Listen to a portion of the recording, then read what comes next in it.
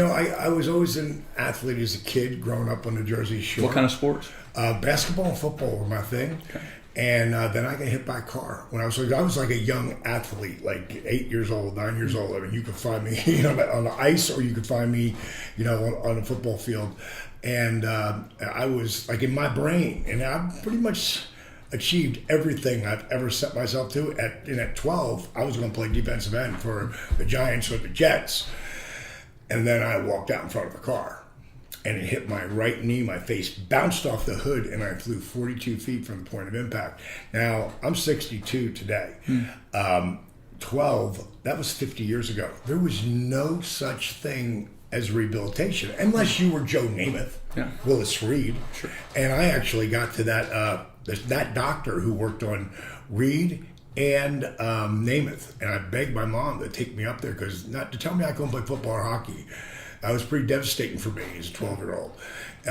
And he basically told me, you're never going to be Willis Reed. You're never going to be Joe Namath. You need to start hitting the books. And how did 12-year-old you respond to that? Were you like, okay, I give up? No. At first I was so mad and cried like a baby, because it would be like, it's okay now. I can't get anybody, not my doctor there or this doctor, to sign off. But you had to get signed off before you could play. And I guess, I never let anybody tell me what I can't do, but I guess he didn't know someday I was going to be a Diamond Dallas Page. Like, I never listen, especially people who tell me what I can't do. But when you take that away, I'm not going to keep trying to go through the wall. I'm going to find a way around the wall, or over the wall, or under the wall. And so I could play two different sports. They let me play baseball, which I sucked at, basketball, which I sucked at. I didn't make the team in 7th grade, but I didn't care because I didn't like it. But in 8th grade, I wanted to make that team because that's all I could do. And I sat on the bench, and I'd never done that before.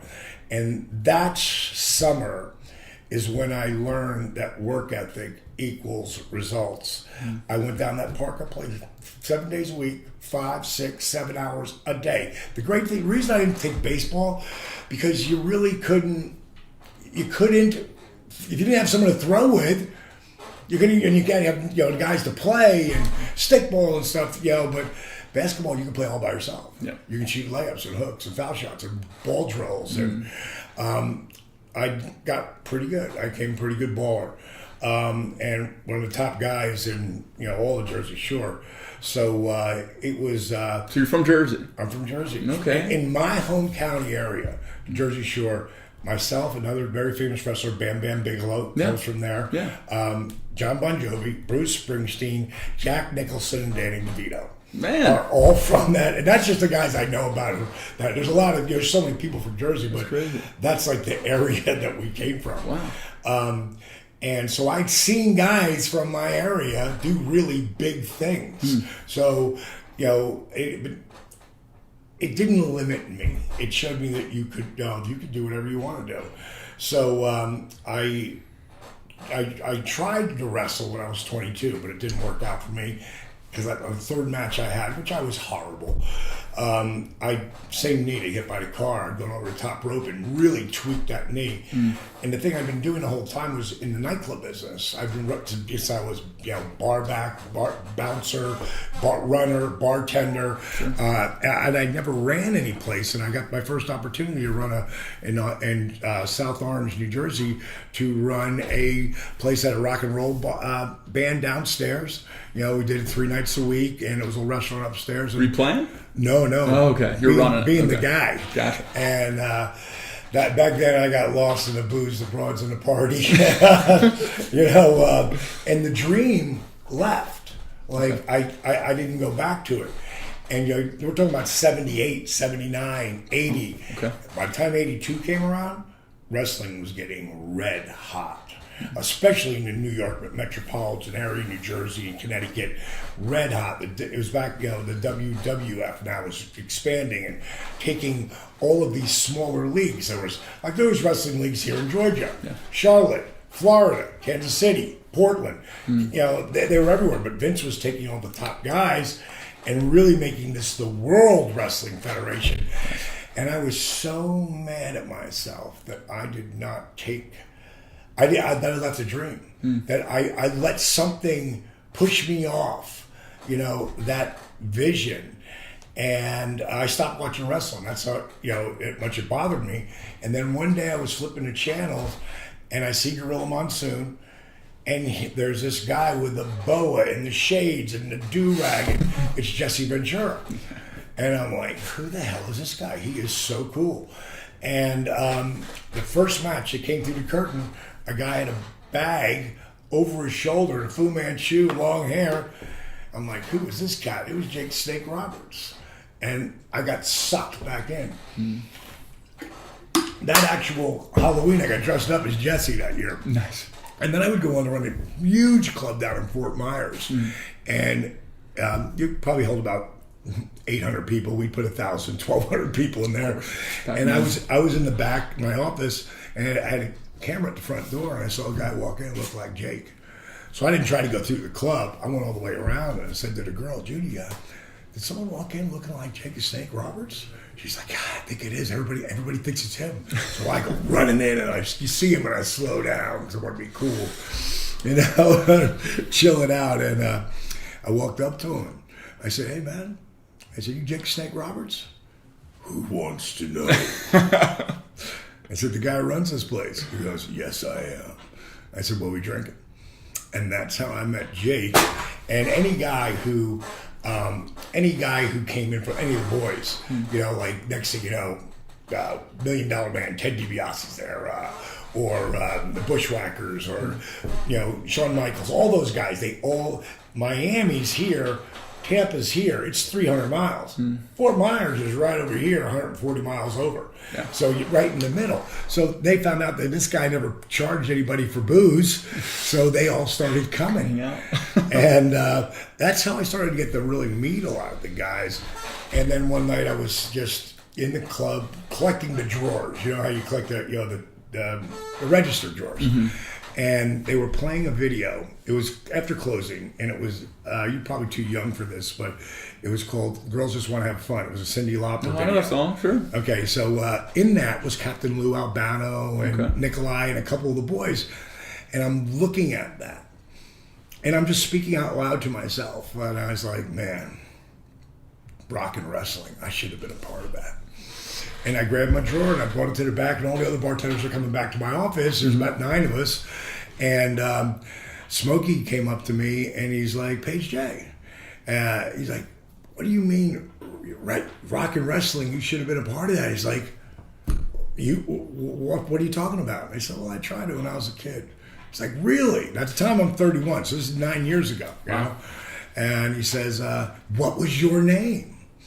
And I said, Handsome Dallas Page. And he popped. He's like, oh, you could forget about using that gimmick anymore. And everybody started laughing, and we started drinking. It was after hours. And that night, man, I just wrote down on this blotter while we're all drinking, I said, man, what if I was a manager? I'm too old to be a wrestler now. What if I was a manager and my name was Diamond Dallas Page? I was like, woo, yeah, shots are flowing. So whatever I say is going to be good. Sure.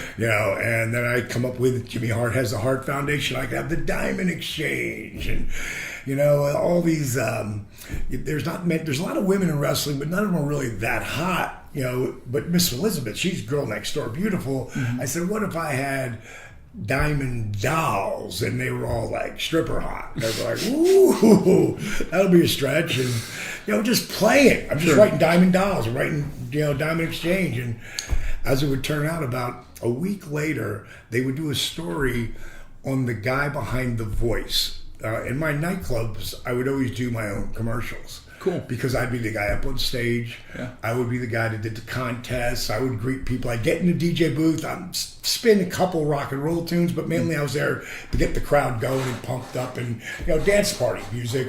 But back then, that was like 80s, really top 40, because that music was so party oriented. And where was I going with that story? You're doing your own voices. Oh yeah, right. So they actually Party News Network does a story on me. They want to know where, because I would do it Thursday. I do synthesizer voices. In 85, nobody was doing that, you know, especially on the west coast of Florida. But I might throw in, don't miss the hot legs, dig it, yeah. Might throw a little Randy in there, or Hulk, or Jesse Ventura. I could do everybody back then. And so people had seen him in there. They didn't know if it was them doing the commercial or if it was the voice. Yeah. And so they filmed me in my 62 pink Cadillac convertible. They filmed me at the studio doing commercials. The commercials, I'm wearing a WrestleMania t-shirt. Okay. I mean, just happened to be. I'm not involved in wrestling at all. Yeah. But it's still the dream. I mean, it's still in the back of your mind. You're doing these brainstorming sessions. Yeah, it's just a fantasy. Yeah. But I always tell people, if you can think it, if you can dream it, you can achieve it. Now, there's going to be a lot of work that comes into that, but which a lot of people aren't willing to do. They're not willing. Just like that 12-year-old recovering from getting hit by a car, taking shot after shot on the basketball court. Yeah, and horrible. I mean, they throw me the ball in the beginning and bounce off my hands and my head. I mean, like, I was the last guy picked for a while until I was the 10th guy picked, and before I was picking the teams. So again, work ethic equals results if you're constantly putting that work in. And so they get to a point where they're filming me in my office, and I'm sitting with this blotter sheet in front of me that I was drinking that week and a half ago. It's still there, because I haven't gone to the next month yet. And at some point they say, "So where does the voice come from?" And I don't know if I do it, Matt, if there's not a pair of white sunglasses there to like be a mask, And I just grabbed those sunglasses, I put them on, and I said, "The voice comes from Diamond Dallas Page, Daddy. I was born to be a professional wrestling manager." And I went on for a little bit, and then I came back over to this voice, which used to be a lot higher. Yeah. We just kept talking. So that was the moment. I mean, you were born in that moment. Well, actually, a guy sees it. Okay. He's got his own talk show, sports talk. He normally does boxing. His name is Smitty. He's got a huge show in Vegas now. Okay. He's from Fort Myers, though. And he was a professional boxer, and now he was doing, this show. But he was bringing in wrestling now, too. And he saw this. So he called my club. And he, got me on the phone and asked me if I would come on and be a guest. I'm like, "Smitty, I don't really do it.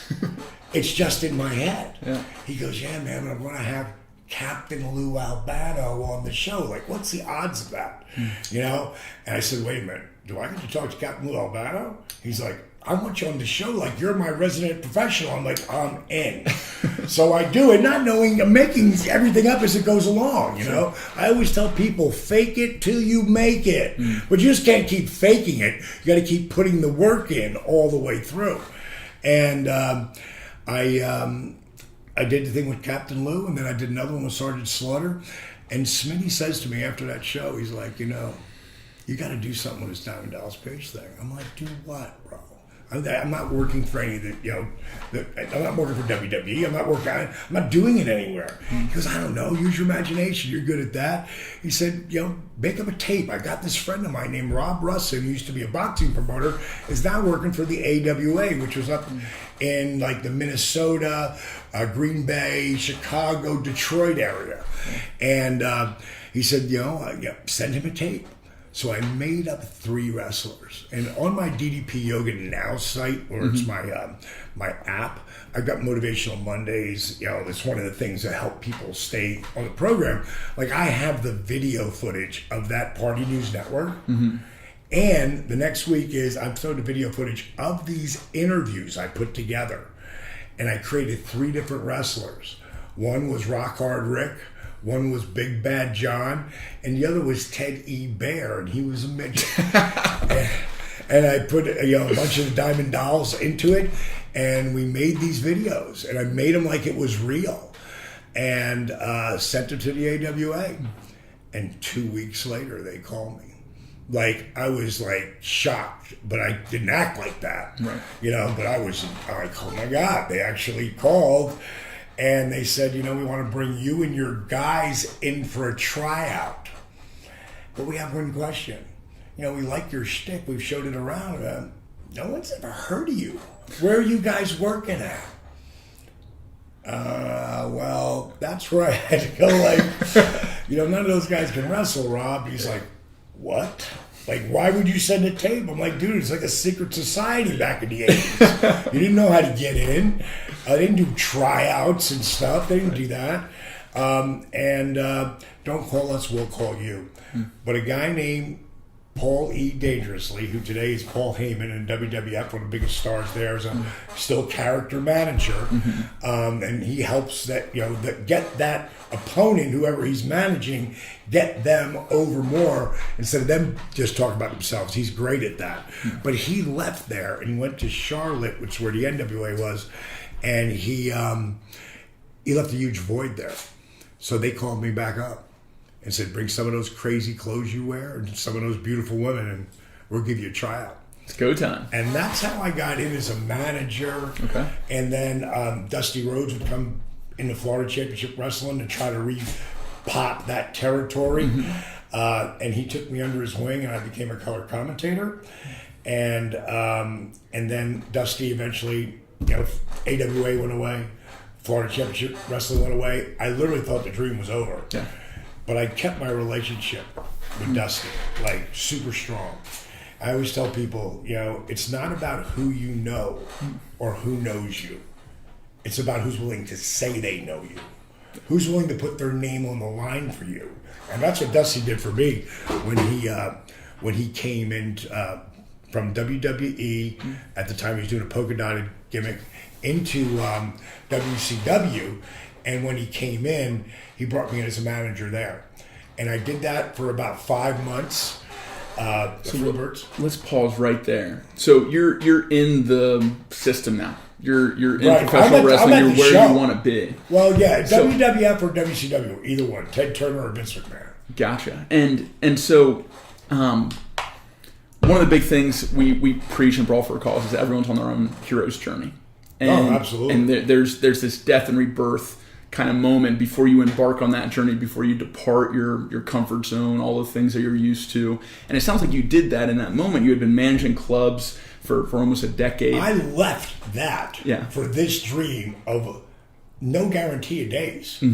So for people in that bar managing phase, for people that are like, hey, I had this shot and it's always kind of in the back of my head and I don't know why, but I think it's my dream. That first step can be the hardest. And it's for everyone. For you, it sounded like there's a little bit of luck involved, but a whole lot of grit, of mindset. So what would you say to those people that might feel like they're in that place right now? How do you take that first step? Well, it depends. Like, even though I just walked in there to do this managing for WCW, which would end in 5 months because I was too over the top as a manager, taking too much attention away from the wrestlers. I had 7 months left of my contract, and I went down to power plant. I learned how to wrestle, and everybody fell down laughing. Like, that's never going to happen. You're too old. And you're like, don't tell me what I can't do. Yeah, well, I got 7 months on my contract. And a lot of times it felt good to prove people wrong, but it felt better to prove me right.